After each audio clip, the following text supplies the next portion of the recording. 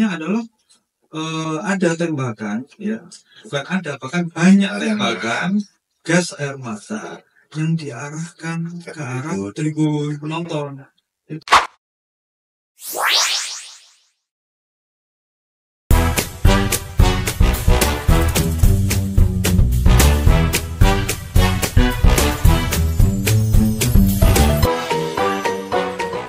Tapi ternyata celakanya nggak ada yang jatuh semua, Mas. Saya harus sampaikan di sini. Laporan yang Dari yang saya tulis tadi, KPAI tidak ada tidak lanjut, ya, sampai hari ini mana ada, ya, peristiwa kanjuruhan atau mungkin muncul tersangka baru yang ada dengan pasal perlindungan anak, undang-undang perlindungan anak tidak ada. Laporan A juga tetap bergulir sampai diputuskan tetap pasalnya adalah kelalaian, tidak ada masuk. sekarang udah bebas orangnya. Ya, lantas saya kalau mau berpikir atau berkata secara kritis, ya, lantas gimana aturan KPI diem saja. Padahal beliau-beliau di sana kan harusnya lebih berkepentingan gitu. Saya boleh bilang harusnya yang lebih punya kewajiban membela para korban dan penyintas yang kurang, khususnya anak, Ya. cuma saya. KPAI. Harusnya negara melalui KPAI. Kalau ada dugaan pelanggaran HAM berat, Komnas HAM yang cuma jadi lupa. Ya kami minta sebenarnya sederhana. Kita akui Komnas HAM berjalan pasca tragedi dua bersama dengan TGIPF, Ya. tim gabungan investigasi Bersama mencari fakta yang Mahfud waktu itu. ya, yang ketua presiden, diketuai Menko Polhukam Pak Mahfud waktu itu kan TGIPF. Di sisi lain Komnas HAM juga jalan, Mas. Komnas HAM jalan itu melakukan pemantauan dan evaluasi dugaan pelanggaran HAM berat. Investigasi, Mas. Tapi investigasinya yang saya sayangkan adalah bukan justisia. Padahal kalau silakan aja teman-teman buka di Undang-Undang Pengadilan HAM, ya, proses justisia itu mulai dari penyelidikan yang dilakukan oleh Komnas HAM. Maksudnya justisia itu adalah penyelidikan yang dilakukan dalam rangka supaya nanti bisa menemukan pelaku dan kemudian diadili, gitu. Nah, yang penyelidikan kan bisa jadi ditemukan peristiwa pidana atau peristiwa pelanggaran berat, atau mungkin bisa jadi nggak ditemukan, sehingga harus close. Tapi persoalannya penyelidikan harus dilakukan dulu.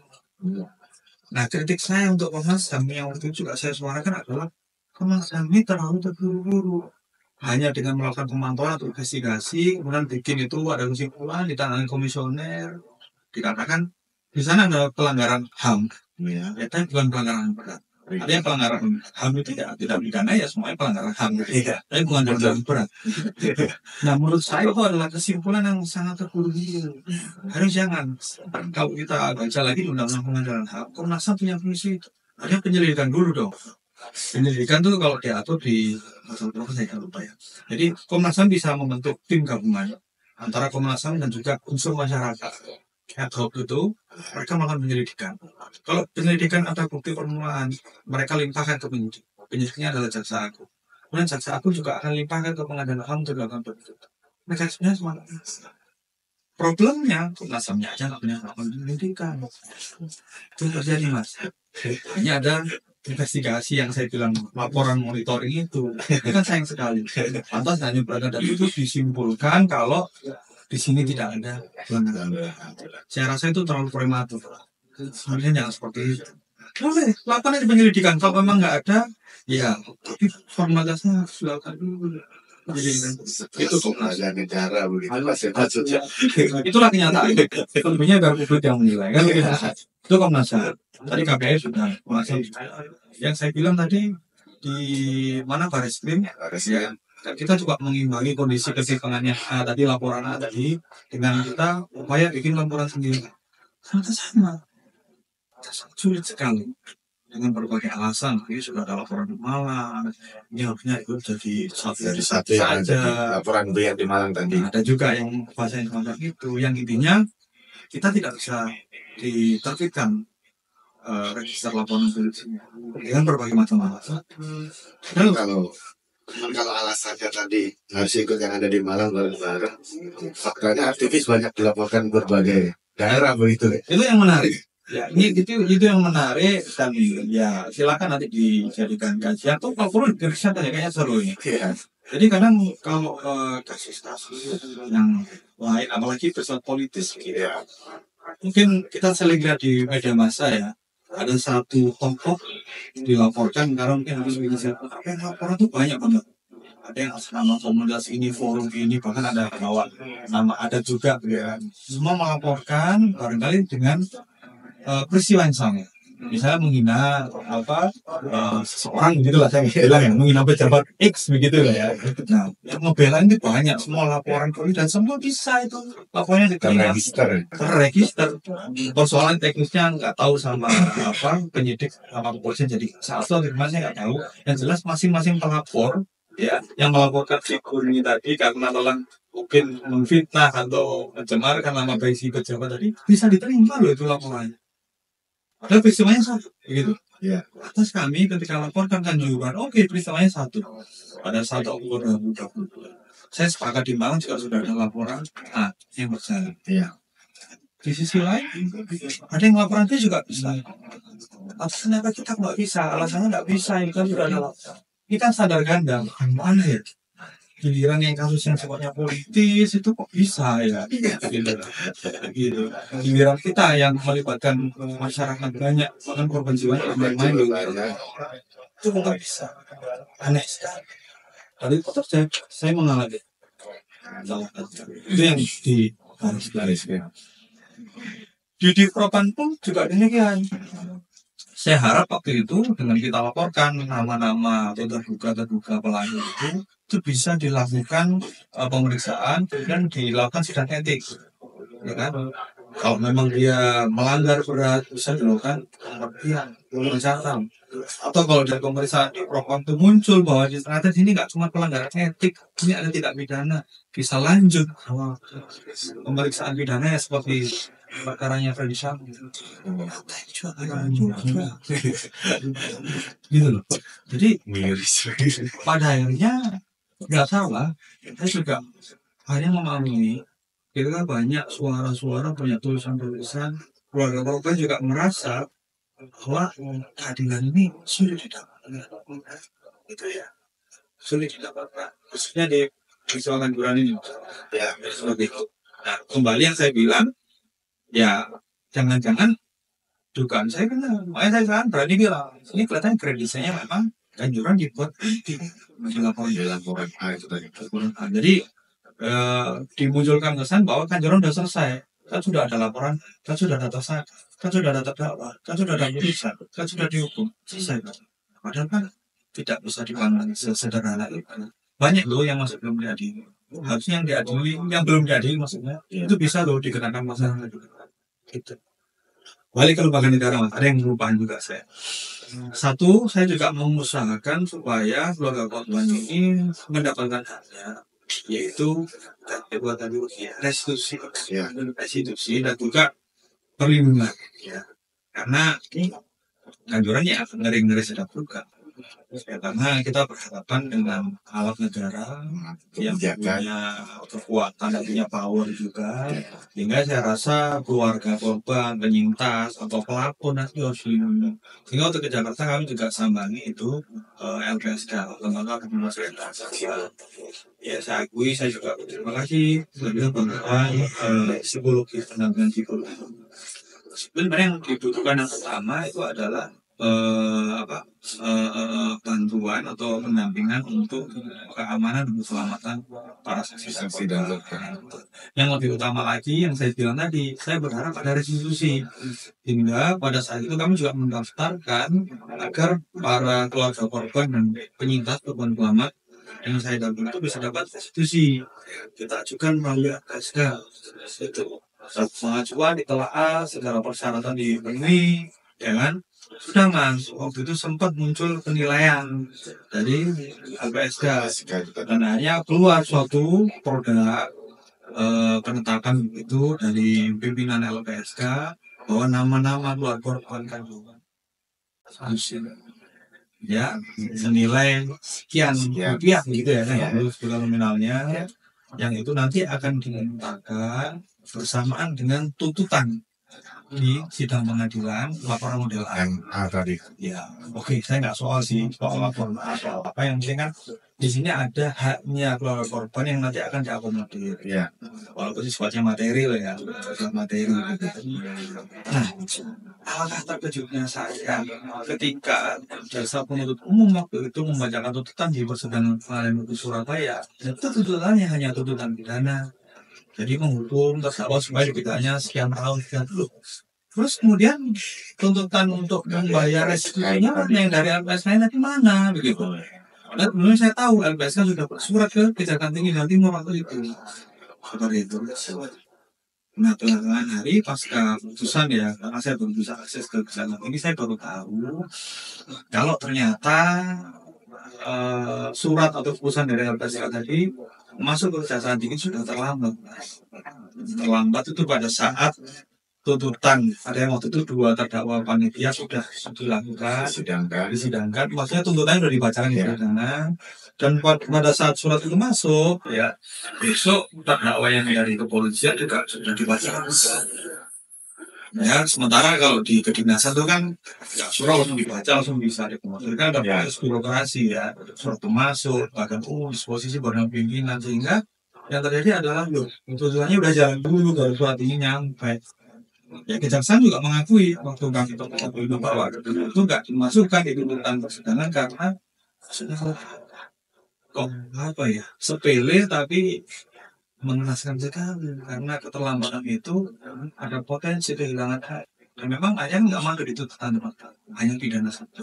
Pada waktu itu saya apresiasi loh LPSK berani ya besaran restitusi senilai sekian rupiah tadi dibebankan kepada PT LIB selaku penyelenggara itu pertandingan melalui ke 5 terdakwa yang disidangkan. Ini menurut saya pribadi ya, ini cukup mencerminkan atau mewujudkan rasa keadilan. Dalam arti begini, kan ini bicara soal materi. Ya. Saya rasa wajar ketika PT LIB diminta untuk membayar sejumlah uang restitusi tadi, ya sebagai ganti rugi kepada keluarga korban. Karena PT LIB kan menerima sejumlah keuntungan ya, atau setidaknya dari pertandingan itu kan ada nominal uang yang masuk dari pembelian tiket. Ya. Sehingga wajar ya ketika ada tragedi dalam pertandingan itu penyelenggara harusnya udah bagus. Tapi sayangnya sekali lagi tidak terakomodir. Dan ini update terbaru yang perlu saya sampaikan di peraturan Mahkamah Agung, restitusi itu bisa dimintakan pada saat tuntutan oleh jaksa penuntut umum pada sidang pidana atau pasca putusan ini berkekuatan hukum tetap. Kalau sudah selesai dari putus sudah inkrah bahasanya itu berkekuatan hukum tetap, bisa diajukan lagi nih permohonan penetapan jaksa. Nah, akhirnya kita pakai exit plan-nya itu. Oke, taruhlah yang pertama ini sudah gagal karena terlambat. Ya, kita sayangkan juga kok bisa sampai terlambat. Saya juga nggak bisa disalahkan juga ya karena terlambat juga. Bukan sengaja, saya nggak masukin gitu loh. Oke, kita punya exit plan, kita masukkan. Nah, ini sekalian informasi aja yang sampai hari ini pun juga masih kami perjuangkan itu. Bahkan informasi mas besok saya juga akan mendampingi keluarga korban berangkat ke pengadilan negeri Surabaya. Jadi ceritanya di sekitar bulan Oktober atau November tahun lalu itu LPSK sudah mendaftarkan permohonan penetapan restitusi di pengadilan negeri Surabaya. Yang singkat kata sampai hari ini belum ada. Saya nggak tahu masalahnya gimana, tapi itulah kenyataannya. Dan berkali-kali kami upayakan bertanya kepada LPSK, disampaikan memang pengadilan belum menyatakan. Kami sampaikan di pengadilan sampai ini pun belum ada jawab. Ini kan sangat kasihan ya, semakin tergantung-gantung keluarga korban ini. Keadilan nggak dapat, bahkan haknya pun sangatnya belum bisa dapat. Ya, mungkin sebelumnya mungkin masyarakat awam tuh melihatnya ataupun teman-teman melihatnya restitusi ini kan berbicara mengenai materi. Mungkin banyak pandangan kan keluarga korban udah dikasih sumbangan, begitu keluarga korban udah dikasih donasi dan kita pun kasih donasi begitu mikirnya. Mungkin bisa dijelaskan maksudnya hak restitusi itu tadi melekat atau seperti apa di keluarga korban? Ini harus baca undang-undang perlindungan saksi dan korban. Ya. Jadi pada intinya korban suatu tindak pidana ya dan juga pelanggaran HAM berat itu berhak atas ganti rugi dan atau restitusi. Nah, restitusi ini idealnya yang membayar adalah pelaku tindak pidana. Pelakunya. Ya. Jadi ini nggak bisa disamakan dengan donasi atau bantuan karena ini sifatnya bukan sukarela. Karena ini sifatnya ada prosesnya, ada lembaga yang berwenang dan nanti diputuskan oleh pengadilan. Jadi artinya berbeda Mas Pras. Kalau Mas Pras misalnya nggak pakai helm, jalan lewat lampu merah di dalam polisi, kemudian di kantor pengadilan, ketok palu, maka denda 100.000 itu namanya denda Mas. Ya. Tapi kalau Mas Pras kemudian di dalam polisi punya uang 200.000 dikasih Pak Polisi kan namanya bukan denda itu. Lain cerita. Ini suatu analogi yang mungkin nggak apple to apple sedikit berbeda, tapi gambarnya seperti itu. Oke, itu sama-sama uang, sama-sama materi, diberikan juga kepada keluarga korban, ya sebagai bentuk rasa empati, ya atau tali asih begitu. Dengan restitusi ini mekanisme yang diatur oleh hukum kita, ya, atau yang diputuskan oleh pengadilan. Nilainya berbeda, artinya berbeda. Kalau restitusi itu adalah bentuk tanggung jawab dari pelaku tindak pidana atau pihak ketiga yang memang disuruh membayar. Contohnya tadi kan ada pelaku tindak pidana, pihak ketiganya kan PTLB gitu. Nah, jadi disitulah bentuk tanggung jawab mereka kepada korban. Ini lain artinya dengan sumbangan atau donasi yang akan Uang damai kan. Nah, kalau sumbangan donasi siapapun boleh, ya. Meskipun Mas Pras atau mungkin punya komunitas, teman-teman mahasiswa menggalang dana disumbangkan ke korban boleh. Tapi itu bukan bentuk pertanggungjawaban, karena kalian semua bukan pelaku tindak pidana.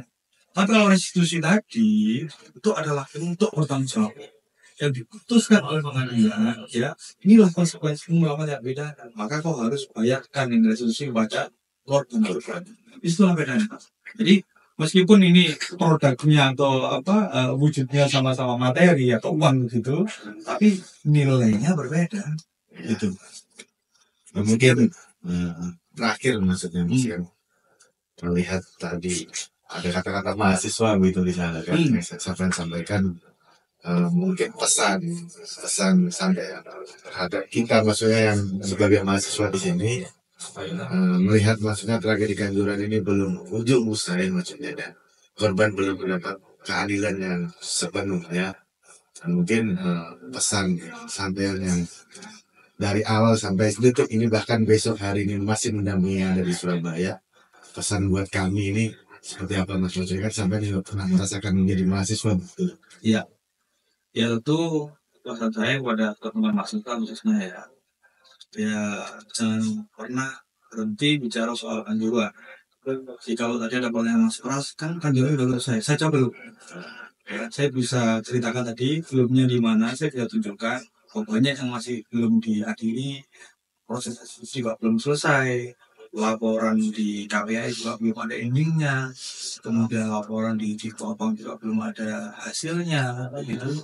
Itu menunjukkan bahwa memang Kanjuruhan belum selesai. Dan tentu saya harap teman-teman mahasiswa turut andil di sana dalam hari ini ikut menyuarakan dan mengawal supaya pada akhirnya bisa tagline-nya kan tuntas. Jadi saya berharap suatu saat bisa tuntas ini. Entah kapan saya juga nggak tahu. Tapi kami optimis itu bisa. Nah, tinggal bagaimana kita bahu membahu ya sama anak bangsa. Ini yang kita lakukan ini bukan karena kita benci terhadap polisi. Taruhlah kita katakan terhadap polisi kita benci Mas. Ya, justru dengan Kanjuruhan ini menjadi evaluasi bersama. Iya. Dan tindakan-tindakan yang kita lakukan sampai ada yang kita bicarakan Kanjuruhan masih menyoroti Polri, mengkritik keras Polri, itu bentuk ya rasa sayang kita, rasa cinta kita dari sisi Polri. Kita berharap Polri itu berbenah gitu loh. Kalau salah bilang salah aja. Kalau memang ada oknum yang nggak beres, mending dibuang aja supaya konstitusinya baik. Dan kaitan sama mahasiswa juga. Kalau saya ngomong Kanjuruhan, saya juga pada akhirnya ingin berpesan kepada rekan-rekan Kanjuruhan. Dari peristiwa Kanjuruhan, rekan-rekan mahasiswa maksud saya.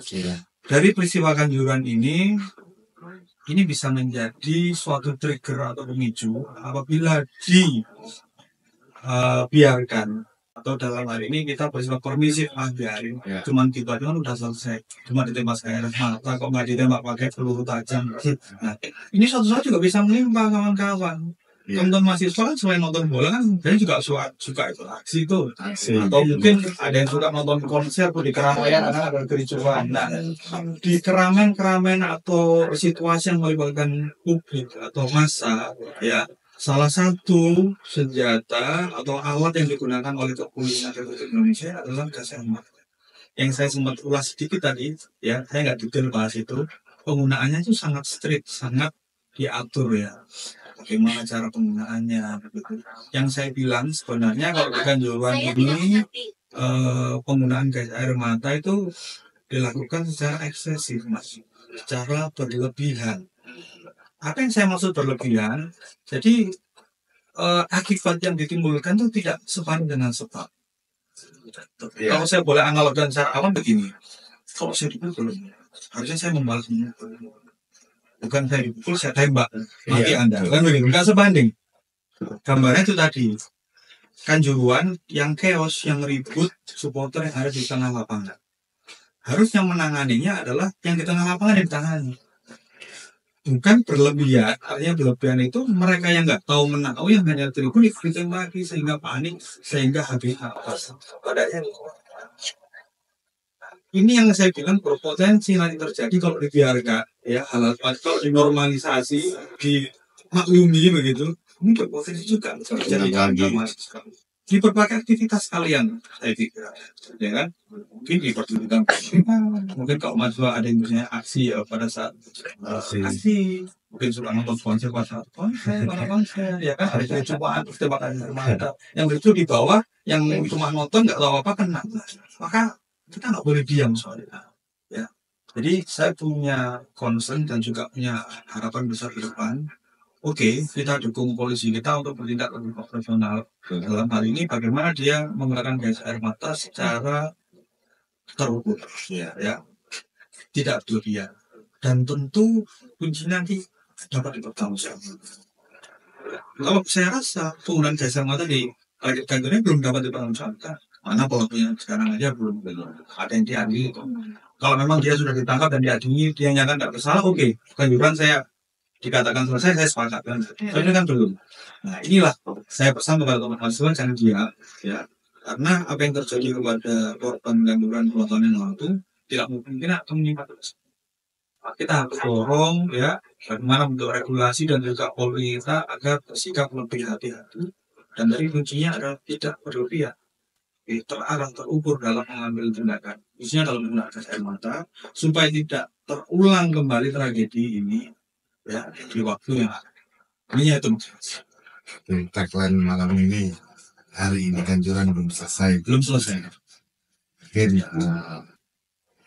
seperti itu Mas Anjar ya, mungkin karena besok sampai juga hari kegiatan untuk mengawal korban juga, kan. Bisa Mbak, jadi ada pertanyaan dari Anda atau itu? Mungkin cukup ya, Mas. Tujuan podcast ini untuk membangun opini masyarakat lagi bahwasannya tragedi Kanjuruhan ini belum sepenuhnya diusut tuntas. Baik, terima kasih ya. Sama-sama. Baik. Assalamualaikum warahmatullahi wabarakatuh. Waalaikumsalam.